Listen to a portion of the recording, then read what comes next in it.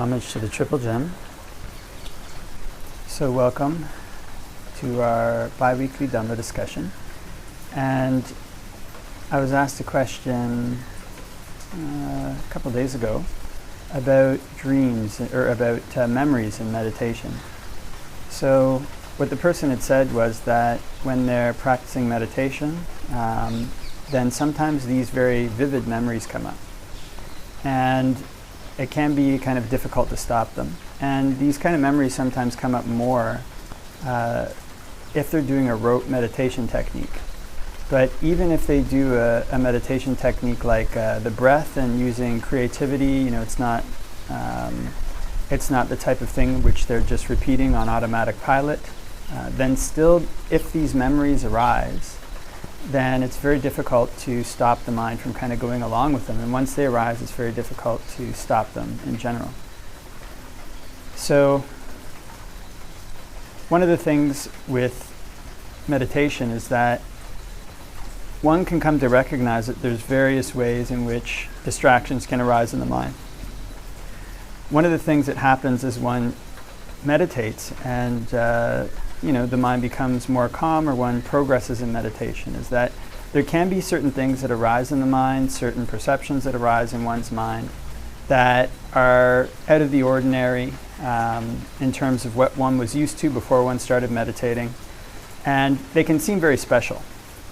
So in the regular world, people put a lot of emphasis on their memories, on the way that their memories have shaped their character, on the importance that certain events had in their life. And so there's this natural tendency when a memory comes up, the mind launches back to a memory, or a memory just arises, to see it as important and to want to go along with it. So memories that arise in meditation can be similar to the ones that just arise when you're walking around, but there's a particular type of memory that arises in meditation that can be much more vivid. So one can sometimes remember things, and there'll be details in the memories that you wouldn't have remembered. It's almost like if you just recalled it like through an act of intention. I'm just going to bring this memory up. I'm going to think about what I did. I'm going to think about what happened there. There's some details that would just not be there. But if a memory comes up in the course of meditation, rather than one going out and grabbing onto it, then sometimes it comes up with all these details, sometimes it comes up with all these emotions, and it can be a very immersive experience, much more than just recalling something in the mind, almost like one is right back there. And for a while, if one is immersed in this memory, then one gets kind of absorbed in that and swept away in it.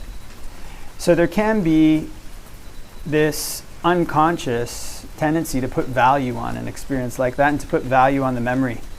Because sometimes people come to meditation with ideas that are carried over from Western psychology.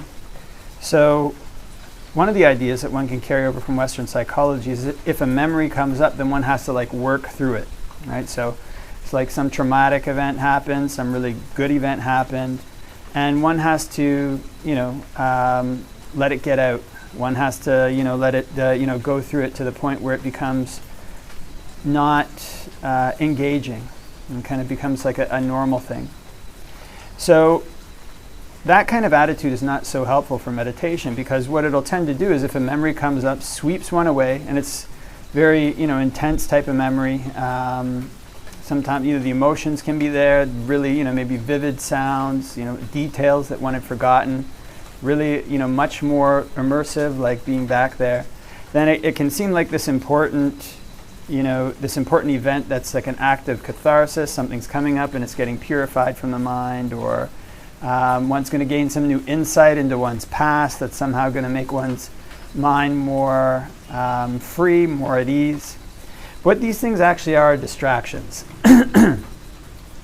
So one of the things that one learns as one is meditating is that there's a relationship between the thoughts that a person has in their mind and tension, patterns of tension in the body. So one can think of the body and the mind as actually a kind of interconnected system, and that system almost has links in it like an electrical grid.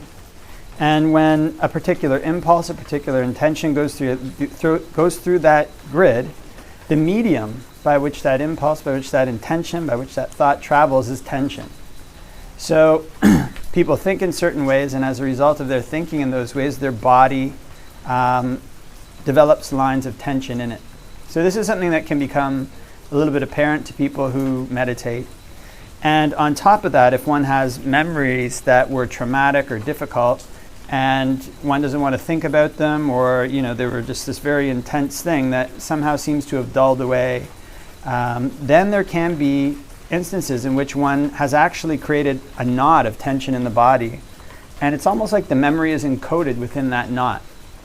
So as one meditates and patterns of tension in the body dissolve because these patterns are getting rerouted in a different way, in a way that is not keeping tension in places that it normally would. It's relaxing many places that would normally not be relaxed, and then giving some tension to places that would allow energy to flow up to the head, essentially, but energy to flow more freely in general. So as one is doing this, practicing meditation, what can happen is that these portions of the body relax, and inside of those portions of the body, those patterns of tension, they sometimes have a relationship to old memories. So these kind of old memories are there, and this kind of pattern of tension may relax, and then encoded in that. It's kind of a strange thing to say, but just thinking from a Western scientific perspective, but these kind of things can become obvious to people who meditate.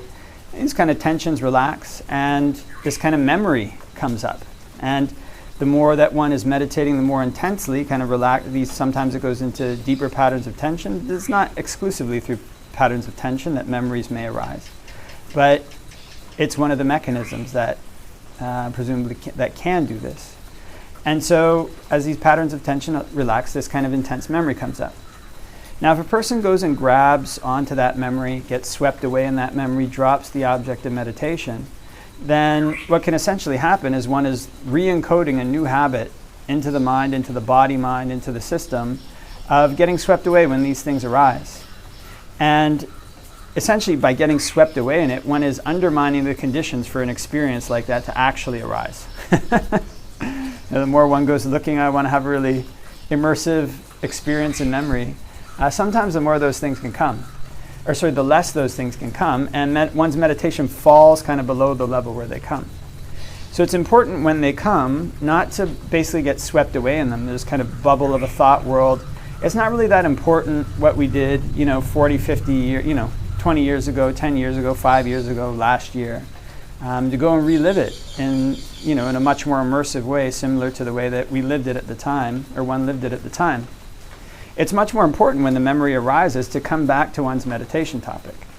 So there's a few different ways that one can do this if the memory is quite immersive. One is sometimes those memories are very immersive, and just smashing through them or smashing them away is not a good idea. So an important skill in meditation is to be able to learn to practice meditation with an uncomfortable thought, image, or emotion without getting sucked into it and absorbed in it. These kind of little thoughts and little memories that come up, they're almost like a hook. And if you go and grab it, the hook grabs you and pulls you into this world. And all of a sudden you're immersed for a while. You get swept away. And while you're being swept away there, habits are forming in the mind. Negative habits are forming in the mind. Negative inclinations are forming in the mind in terms of distraction, and oftentimes in terms of other things. The way that these kind of memories sweep one away, it's not always in some wholesome way where one is developing good qualities of generosity. Some can be an intense emotional experience of emotion is there and everything is there, and it's this vivid time, remembering where one was and walking down the streets of this place. And there's a lot of delusion in that. So it's important to be able to, in meditation, learn to stay with one's object of meditation, or at least stay equanimous, and not get pulled by some of these dangerous hooks. If one gets too close to the hook, it grabs and pulls one off. Another thing is that if one has these kind of memories come up, one can breathe deeply into the heart and kind of imagine breath energy coming into the heart. That's something that Ajahn Thanissaro has recommended, and good technique. That can cause memories and also visions to disappear. So those are a couple things that one can do. And of course, one can just try to bring one's mind back to the meditation topic.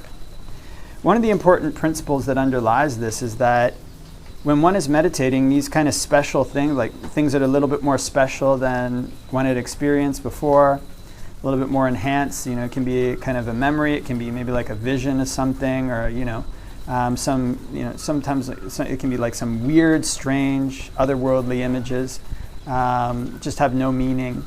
And these things are not really important. So one of the things that one needs to do as a meditator is to determine, is this leading to good qualities, decreasing bad qualities, and leading to dispassion, the purification of the mind? If it's not, then it's just a sidetrack. It's a distraction. It just takes somebody off. I mean, the universe is a humongous place. There's so many different things that one could explore that don't lead to nibbana. They might even lead to dangerous places. So there's a story of Ajahn Mun in his biography where, as he was meditating as a young monk, this kind of like translucent disc arose. And he would follow the disc, he would go to the disc, and it would like transport him to this world. And it was just this endless series of transportations, and going to different places, and sometimes be like on a mountain brandishing a sword, and then he'd be somewhere else. And he was doing this for a couple of months. But he noticed that in doing that, actually, he became more sensitive to sights and sounds and smells. And so it was clear it wasn't leading towards dispassion. So these memories, in Buddhism, the value that's placed on memories can be quite a lot different than the value that's placed on memories in a traditional psychological format. I mean, I think psychology is always changing, always adapting, and I can't speak for what it's like in the modern day. I remember what it was like when I was young. Can't speak completely accurately for what it's like in the modern day. So basically, these kind of things in psychology are given a value that they're not given in meditation. In meditation, they're not a catharsis, they're a distraction, something to be gotten rid of. And also, if one is doing like a rote meditation technique, like a technique where one is just, doesn't have any relationship to observing cause and effect, it's just anything that happens, do the technique, do the technique, do the technique. Well, then memories can arise because one is essentially bored. As you kind of go on automatic pilot. Then you can be, you've done something so many different times that you can do it subconsciously. Then, the mind takes an opportunity to just have a break sometimes. So if that's the case, then one wants to be engaged in meditation in such a way that one is learning about cause and effect, learning about the causes that make the mind calm, learning about the causes that give rise to insight. And this can make meditation quite a lot more interesting and meaningful. And in this case, these kind of like daydreaming type meditations, daydreaming type memories don't come up in the same way that they would. So this arising of memories is something that happens to people in meditation. It is something that can be a kind of immersive experience, a new experience. But with any experience that arises in meditation, one wants to ask oneself, is this leading to good qualities? Is this diminishing bad qualities? And is this leading to the purification of my mind? Because so long as it isn't leading to those things, and so long as it's leading to distraction, then however neat it might be, what it's going to do is make one possibly more sensitive to sight, sound, taste, smells, and emotions, which is not the direction of peace.